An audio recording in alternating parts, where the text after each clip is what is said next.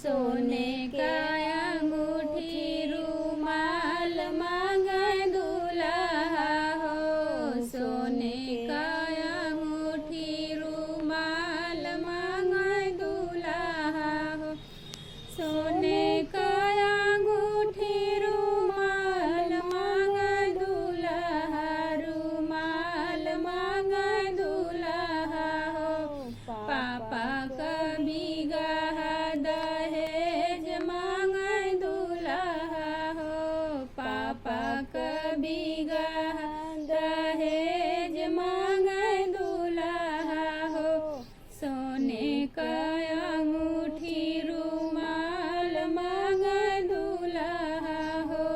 सोने का अंगूठी रुमाल मांगे दूल्हा।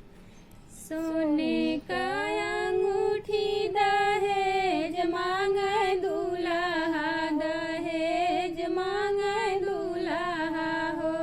चाचा का बैल दहेज मांगे दूल्हा हो। चाचा का